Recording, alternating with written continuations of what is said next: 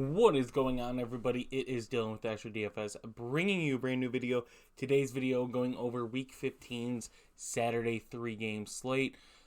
As you can see on the key of what I have each player ranked as if I have them. So green is cash, so let's get into it with quarterbacks. Jared Goff, the most expensive quarterback on a 3-game slate at 6,500, so you were getting some good value. Highest total on the slate between Denver and Detroit. It's at like a 45, 46, 47, somewhere around there. Denver bottom 10 in yards and touchdowns to quarterbacks. Denver bottom 10 in points per drive. So they're giving up a lot of yards to quarterbacks, a lot of touchdowns to quarterbacks, a lot of points per drive, which is something, a stat that's really good regardless if it's quarterback, running back. Still a good stat regardless. And then Russell Wilson, 6,000, so $500 pay down from Jared Goff. Obviously, highest total. Detroit, fourth most fantasy points per game against to quarterbacks, most rushing yards to quarterbacks. In Detroit, another team that's bottom 10 in points per drive, so giving up a lot of yards, big plays, stuff like that. So Russell Wilson, Jared Goff, pretty much my two quarterbacks. Nick Mullins is the other one that I'm targeting as of right now. This might change as we get closer to tomorrow, but I doubt it. Cincinnati, 34-74 passing yards allowed. Only really played just a half, and we'll have Justin Jefferson, it sounds like. Maybe. It's kind of up in the air if Jefferson will play or not, but regardless, 5,000, get a little value against a team that gives up a lot of passing yards. So then we go to running backs. We get Jahmyr Gibbs here at 6,700. Denver has been an improved run team. If you look, they've barely given up 100 yards. If that, it's usually been 100 over like the last 5 weeks. Still giving up some receiving work to running back, so I kind of like Jahmyr Gibbs over David Montgomery this week.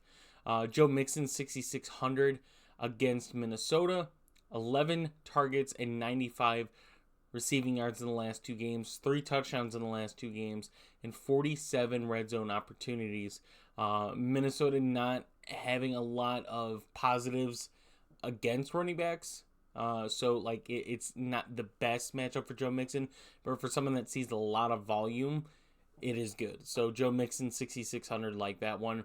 And then we go down to Zach Moss at 6,200. 8 targets last week.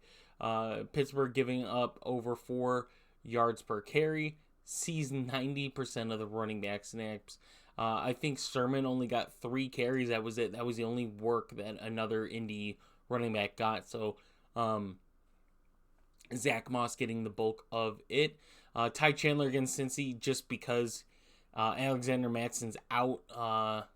Cincy kind of iffy on the run, but at 5,300, getting a running back that's probably going to get a majority of the carries. I imagine there's got to be some type of other running back, but it's probably going to be Ty Chandler getting the majority of it. And then Jaylen Warren, Najee Harris, 52 and 5,100 against the Colts. Both of them, Colts third most touchdowns to running backs, 5th most rushing yards to running backs. So both of them have really good matchups. If you want to flip a coin and take one of them, go for it. There's a chance Najee steals a touchdown, but Jaylen Warren gets a good amount of carries. Najee's still going to get a lot of carries as well, but he's probably the touchdown guy in this matchup. And then we go down to wide receiver, Justin Jefferson, a tournament at 8,100 against Cincy. It's a good matchup for him. 4th best wide receiver in yards per route run. Still banged up, so don't know if he's going to play or not. Hopefully we do. And still uncertain quarterback play, so it's not like he's got Kirk Cousins there anymore.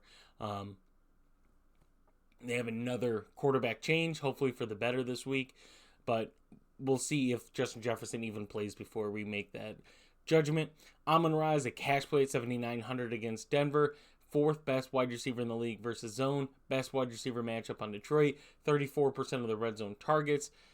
Denver's secondary is pretty good against wide receivers. They've definitely turned a leaf since I think basically Chicago.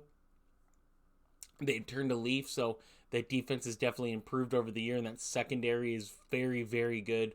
But if there is a Detroit wide receiver that's going to succeed, it's going to be Amon-Ra, especially with the recent performances he's had, especially last week. It's a really good bounce back for him. Same thing for Jamar Chase, two wide receivers that had upsetting games last week for somebody that played them both. Great matchup for Jamar Chase against Minnesota. 19 red zone targets, tied for 4th in the league. Top 20 wide receiver versus zone. And Minnesota giving up the 5th most receptions to wide receivers. So some positives there for Jamar Chase on this one. Michael Pittman, 7,300 yet again. Michael Pittman was the better play out of all of them last week, and it could be in this one as well. Top 20 wide receiver versus man. Also 19 red zone targets, tied with Jamar Chase. And we'll see a little amount of Joey Porter Jr., which is clearly the best corner on Pittsburgh, a rookie at that. So we'll see the least amount of them, 7,300. I like that one. Cortland Sutton, 6,400 against Detroit. 15 red zone targets, 12th in the league. 5th best wide receiver in fantasy points per touch. So whether it's a rush or a reception, he's getting the 5th most fantasy points out of it. Detroit giving up 15 touchdowns to wide receivers. Best Denver receiver versus man by far. The stats aren't even close to anybody else. Jordan Anderson, 5,600 against Cincy. 15th best wide receiver per touch, or fantasy points per touch. Cincy giving up the 9th most yards to wide receiver, and Jordan Anderson rocking 13 red zone targets. So I like Jordan Anderson. If Justin Jefferson's out, really like Jordan Anderson then in this matchup. George Pickens, a value at 4,800. Better numbers versus zone than Deontay Johnson. Better matchup than Johnson. And same red zone target. So if you're going to play Pittsburgh wide receiver in this, which isn't the greatest, Colts secondary has definitely been a lot better than I thought they would be. I had them as like a bottom 10 secondary easy, but they're not. They're getting on the top 10, I guess, at least from a fantasy perspective they are.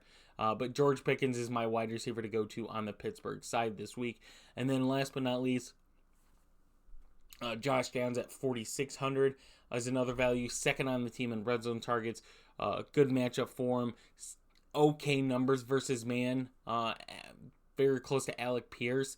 Alec Pierce is 1,100 less, but in a matchup like this one, we could see Josh Downs against Hayward. I believe he is going to see, or Sutton.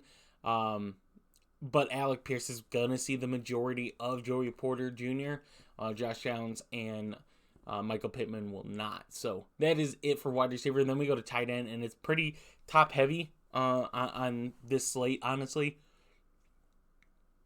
Sam Laporta against Denver. Denver giving up 80 receptions, 902 yards, and 6 touchdowns at tight ends.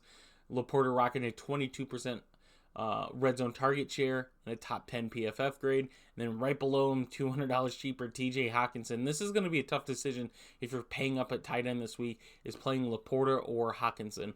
TJ, 88, 935, and 6 since he's giving up to tight ends. 4th best PFF tight end advantage, 10 red zone targets.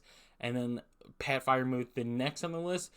But, I mean, if you look at the paydown, it's a $1,900 paydown in Freiermuth. 72 receptions, 733 yards to tight ends, 23 targets in the last 3 games, 3rd best PFF tight end advantage. So that is it for this one. I will have a main slate video. Hopefully, I'm just probably going to do a cash on it, but we'll see what that looks like. But yeah, that is it for the 3-game Saturday slate. So I hope you guys did enjoy. If you did, please leave a like and subscribe. If you guys are interested in joining us, click the link in the description. And I will see you guys in the next one.